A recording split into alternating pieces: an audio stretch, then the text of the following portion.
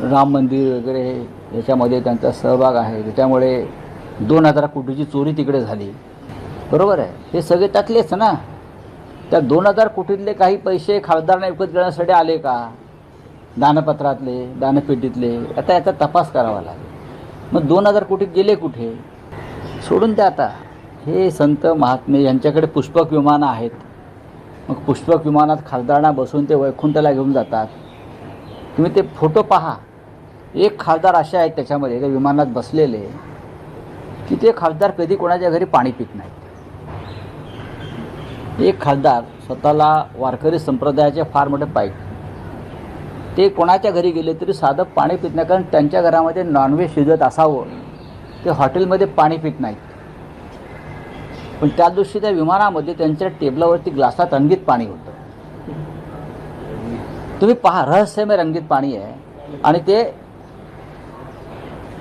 आहे की नाही तुम्ही पहा. त्याला तुमच्या भाषेत काय म्हणतात? काय वेगळं नाव आहे. हां, तेव्हा रंगीत पाणी आहे. आता मी त्या पाण्यावर संशय घेत नाही रंगीत पाण्यावरती, पण त्या चार्टर फ्लाईटमध्ये व्हेज नॉनव्हेज सगळं एकत्रच असतं. म्हणजे 50 कोटी माणसाचे जीवन कसं बदलतं. एखाद्या वारकरी संप्रदायातल्या या मानणाऱ्या या खासदाराचं, म्हणजे मी अनेक वर्ष बघतोय तो कोणाच्या घरी माणूस पाणी पित नाही, पार्टीच्या कार्यालयात आला तरी पाणी पित नाही. कदाचित त्याला नॉनव्हेजचा हात लागला असेल.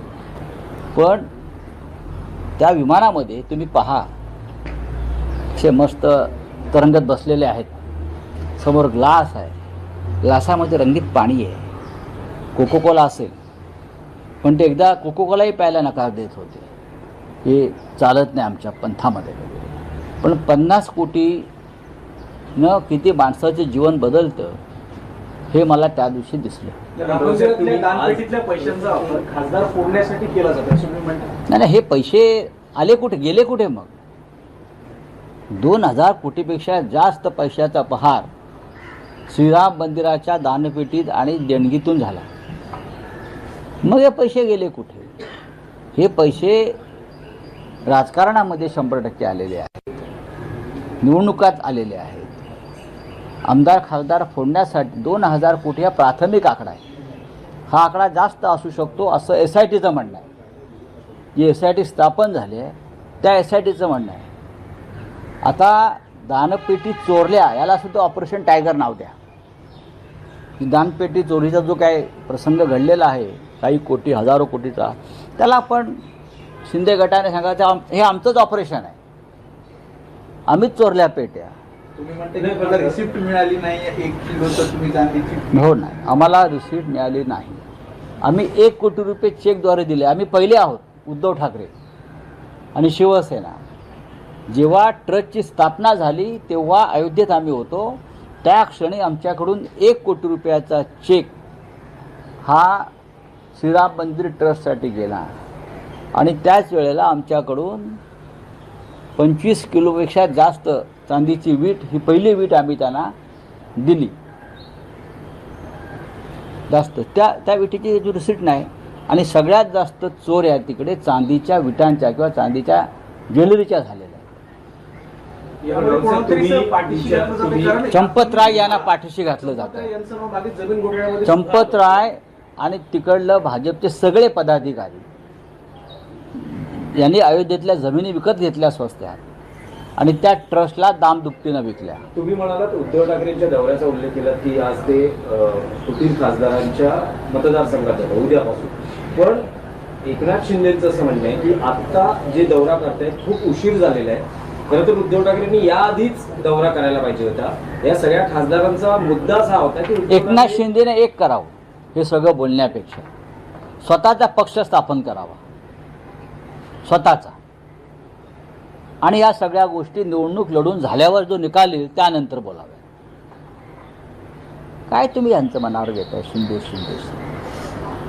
त्यांनी स्वतःचा पक्ष स्थापन करावा.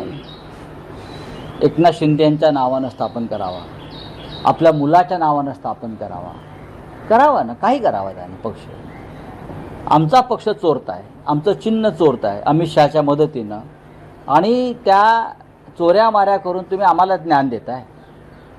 आता परत मी काय बोललो त्या चोरांना तर म्हणणार संजय राऊत बोलतात. का नाही बोलायचं मला सांगा जरा. तुम्ही एक तुमचा पक्ष स्थापन करून बघा, चालवून बघा स्वतःचा पक्ष. अमित शहाच्या जीवावर चालवू नका. मी काय म्हणतोय, अमित शहाच्या जीवावर पक्ष चालवू नका. तुमचा स्वतःचा पक्ष चालवा. तुम्ही त्या पक्षाचे प्रमुख व्हा आणि मग सांगा जे आम्हाला तुम्ही जे ज्ञान देताय ना फुकटचं, ते मग द्या. चोऱ्या माऱ्या करून लोकांचे पक्ष घ्यायचे ताब्यात, दरोडे टाकायचे, लुटमार करायचे, पैसे वाटून खासदारांना विकत घ्यायचे आम्ही आणलेले. ज्या दिवशी हातात सत्ता नसेल त्यांच्या आणि ते गेलेले असतील तेव्हा ते त्याने विचार करावा आपली काय अवस्था. त्यांनी तो विचार करावा आणि त्यांची सत्ता जाणार आहे हे पण लक्षात ठेवा. सर, शेवटचा प्रश्न. खरं तर काल एकनाथ शिंदेच्या महिला आघाडीच्या वतीने शिवसेनेच्या मुंबई पोलिसांना निवेदन देण्यात आलं की तुम्ही जे विधान करताय त्यावर कायदेशीर. मी काय विधान केलं त्यांनी सांगायला पाहिजे ना. मी गद्दारांना गद्दार म्हणतो, पुढे काय. दुसरा पर्याय शब्द असेल तर मला द्या असं मी त्यांना सांगितलेलं आहे. मी मराठी भाषेचा अभ्यासक आहे. मी 40 वर्ष सामनाचा संपादक आहे.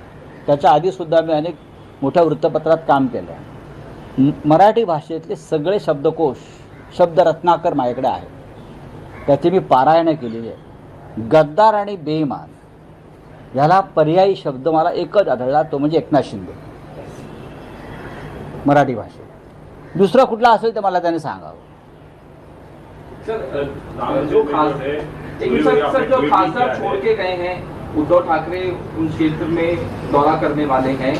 ऑपरेशन टाइगर हुआ, अब ये कह रहे हैं कि जो एमएलए हैं उनसे भी टच में है. देखो, ये आप टाइगर को बदनाम मत करो. उद्धव ठाकरे की तरफ से ये टाइगर को बदनाम मत करो. एक तो मान लिया ना, हम सब लोग आज भी टाइगर है. अगर हम टाइगर है तो जो आपके साथ चले गए वो कौन है? हाँ, लोमड़ी है.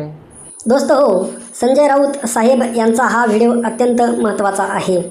प्रभू रामचंद्र, श्रीराम, राम हे आपलं तमाम हिंदूंचं आराध्य दैवत आहे.